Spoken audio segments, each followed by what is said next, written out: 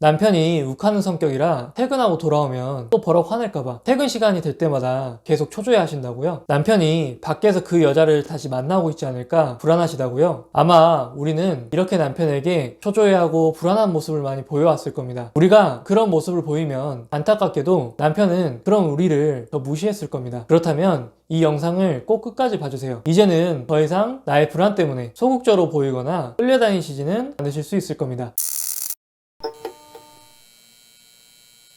제가 아내분들의 상황을 듣고 코칭을 해드리다 보면 소장님은 참 편하게 사시는 것 같아요 라는 이야기들을 자주 해주십니다. 아내분들께서 저를 보시면 매우 차분한 그런 성격이라고 보시는 것 같아요. 그런데 저는 실제로는 그렇지 않습니다. 하루에도 수십 번씩 불안한 생각들을 마주하는 것 같아요. 예를 들자면 실제로 저는 외향적인 성격이 전혀 아닙니다. 제가 말하는 것만 보시더라도 내향적인 성격이라는 것을 아실 건데요. 그래서 실제로 제가 코칭을 받으러 오시는 아내분들을 만나기 전까지는 불안하고 초조함을 느낍니다. 이렇게 말씀드리면 그러면 어떻게 그 일을 계속 하고 계세요? 라고 말씀하실지도 모르겠습니다. 하지만 저는 그런 성격이기 때문에 제가 하고 있는 일을 지금까지 꾸준하게 할 수 있었다고 생각하거든요. 왜냐면 저는 불안하기 때문에 새로운 아내분들을 만날 때마다 매번 준비를 철저하게 합니다. 아내분이 어떤 상황에 처해 있는지, 지금 가장 본질적인 문제가 무엇인지, 그렇게 처한 상황에 대해서 어떤 형태로 방향을 잡고 코칭을 해드려야 할지 정말로 여러 번 다시 생각합니다. 밥 먹는 동안에도 생각하고요. 잠들기 전까지도 코칭에 대한 생각을 정말로 많이 하거든요. 이것들을 보면 불안이라고 하는 감정은 부정적인 감정이 아닙니다. 사실은 우리의 삶에서 우리 스스로를 엄청나게 많이 성장시키게 만들어주었던 그런 감정이라고 생각이 들어요. 불안이라는 감정은 우리가 스스로 미래에 일어날 그런 일들을 예측하고 그 일들을 대비할 수 있게 계획할 수 있게 만들어주거든요. 그런데 왜 우리는 남편하고의 관계에서 이 불안이라는 감정에 끌려다니게 되었을까요? 이유는 딱 두 가지예요. 아무리 생각하고 또 생각을 해도 그 목표를 이룰 수 있는 방법이 없거나 시간이 너무 오래 걸릴 것 같은 그런 느낌이 들기 때문이거든요. 예를 들어서 외도를 했던 남편이 어느 날 연락도 없이 집에 들어오지 않는 거예요. 그러면 우리는 불안할 수밖에 없을 겁니다. 당연히 남편의 과거 전적이 있기 때문에 우리는 남편이 그 여자를 정말로 다시 만나면 어떻게 하지? 이렇게 본능적으로 예측하고 걱정할 수밖에 없습니다. 그리고 우리가 그렇게 불안한 목적은 남편이 더 이상 그 여자를 만나지 못하게 하려는 목적일 거예요. 엄청나게 불안할 수밖에 없습니다. 우리가 남편의 팔과 다리를 로봇처럼 조정하거나 이렇게 할 수 없기 때문이에요. 남편이 그 여자를 다시 못 만나게 하는 방법이라는 것은 지금 상황에서는 없기 때문이죠. 그 불안함 속에서 아무리 생각을 하고 또 생각을 해봐도 명쾌한 답변이 떠오르지는 않을 겁니다. 그리고 남편이 스스로 정신을 차릴 때까지 기다린다고 마음을 먹더라도 내가 도대체 언제까지 기다려줘야 되는 거야? 이렇게 그 시기가 정해져 있지 않기 때문에, 즉 내가 달성해야 할 목표가 너무 시간이 오래 걸릴 것 같고 멀어 보이기 때문에 우리는 계속 불안 속에서 고통을 받을 수밖에 없는 거죠. 우리가 이런 형태로 계속 불안이라는 감정에 끌려다니고 있다면 이제는 끊어내야 됩니다. 우리 스스로가 실현 불가능한 목표, 이룰 수 없는 목표에 집착하고 있지는 않았는지 이것을 한번 점검해 볼 필요가 있습니다. 안 되는 것을 막 붙잡고 지금 당장 해야만 해 라고 한다고 해서 문제가 해결되는 게 아니니까요. 우리는 지금 일어나서 집 앞 편의점까지 걸어가는 것은 어렵지 않게 할 수 있을 겁니다. 그런데 지금 당장 한라산 정상에 가야 된다 이렇게 말한다면 어떨까요? 어떻게 그 높은 거리를 지금 당장 올라가? 이런 생각들이 들면서 한 걸음도 발이 떨어지지 않을 겁니다. 이렇게 지금 당장 실행할 수 없는 목표에 집착을 하게 되면 우리는 계속 무기력해지고 우울할 수밖에 없습니다. 그런데 우리는 한라산에 절대로 올라갈 수가 없나요? 전혀 그렇지 않을 겁니다. 한라산에 가기 위해서 계획만 잘 세운다면 충분히 가능한 일이거든요. 바로 지금 당장 해야 되는 것은 제주도로 가는 비행기 티켓을 끊는 일일 겁니다. 한라산 그 높은 곳을 어떻게 올라갈까? 이렇게만 생각하고 있다면 우리는 계속 불안하기만 할 거거든요. 하지만 비행기 티켓을 어떻게 끊을까? 이 생각에 집중하고 바로 검색을 해본다면 훨씬 덜 불안하실 수 있고 우리가 한라산을 오른다는 그 최종 목표에도 한 걸음 다가갈 수 있을 겁니다. 마찬가지로 우리가 남편에게서 원하는 행동이 있을 때 딱 그것만 바라보고 기다리고 그것에 대한 해결책만 찾고 있다면 우리는 계속 불안해하고 그 불안은 무기력증과 우울증을 가져오게 될 겁니다. 하지만 남편에게서 원하는 그 최종 목표는 일단 장기적인 플랜이니 그냥 좀 두고 지금은 그러면 무엇을 목표로 잡을 것인가 이것을 생각하고 결론을 내리는 것이 중요합니다. 제가 남편 때문에 불안해하시는 아내분들에게 가장 먼저 권해드리고 싶은 목표는 남편 때문에 불안해서 호구는 되지 말자 이겁니다. 아내분들께서 현재 남편과 어떤 문제를 가지고 있으시던 간에 불안함을 느끼시고 있다면 남편은 안타깝게도 불안해하는 아내분들을 감싸주거나 이해해주려고 하지는 않을 겁니다. 오히려 불안해하는 아내분들을 귀찮게 생각하고 무시할 가능성이 굉장히 높거든요. 그런데 아내분들의 상황을 보다 보면 종종 이런 일들이 상황이 발생합니다. 아내분들은 불안해하고 초조해하면서 계속 남편의 눈치를 보고 끌려다니고, 그런 모습을 남편이 자신의 아내를 보고 아 너무 싫다 이렇게 생각하고 거리를 두려고 하고, 그러면 또다시 아내분들은 남편의 그런 반응들을 보고 더 불안해지고, 이런 악순환의 고리에 계속 빠지게 되거든요. 예를 들면 남편이 또 사소한 것으로 화낼까봐 주눅이 든 모습을 남편이 보는 거예요. 그러면 남편은 더 기고만장하게 되거든요. 그런 남편의 태도를 본 아내분들은 더더욱 불안감에 빠지는 거죠. 또 외도했던 남편이 갑자기 연락이 안 된다면 불안한 마음에 전화를 5통, 10통씩 하게 될지도 모릅니다. 남편이 아내분에게서 느끼는 감정은 어떨까요? 물론 남편이 잘못해서 아내가 불안해하는 것은 맞습니다. 그렇지만 남편이 아내에게 미안하다는 느낌? 이런 느낌이 들기보다는 왜 이렇게 집착을 하지? 이렇게 생각할 가능성이 높습니다. 실제로 전화를 안 받으면서 나쁜 짓을 하고 있든 아니면 진짜로 일을 하다가 못 받았든 그것들과 상관없이 말이죠. 왜 그렇게 의심을 하느냐, 이런 이야기가 돌아올 확률이 높습니다. 그러면 또 우리는 그런 남편의 모습 때문에 다시 불안해지는 거죠. 자, 이런 식으로 우리가 불안 때문에 남편에게 호구가 되어서는 안 됩니다. 그러면 우리가 해야 할 일은 불안했을 때 남편에게 보였던 행동들이 뭔가, 이것들을 알아차리고 바꿔야 할 필요가 있는 거죠. 그것이 우리 스스로가 불안을 다룰 수 있는 출발점이 될 겁니다. 욱하는 남편 때문에 주눅이 들었었다면 이제는 그렇게 하지 말고 당당하게 할 말을 하는 것을 목표로 삼으면 됩니다. 외도했던 남편이 전화를 받지 않는다면 2번 이상은 전화하지 않겠다, 이것을 목표로 하시면 되는 거죠. 그리고 더 이상 우리가 불안 때문에 남편에게서 호구가 되지 않는다면 이제는 상당 부분 그 불안감에서 우리 스스로 자유로워져 있을 수 있을 겁니다. 그러면 그때 다시 내가 지금 또 할 수 있는 목표가 뭘까, 이걸 그때 설정을 해보는 거예요. 그렇게 한 단계 한 단계씩 나아가다 보면 결국에는 우리는 남편을 조종하고 있을 겁니다.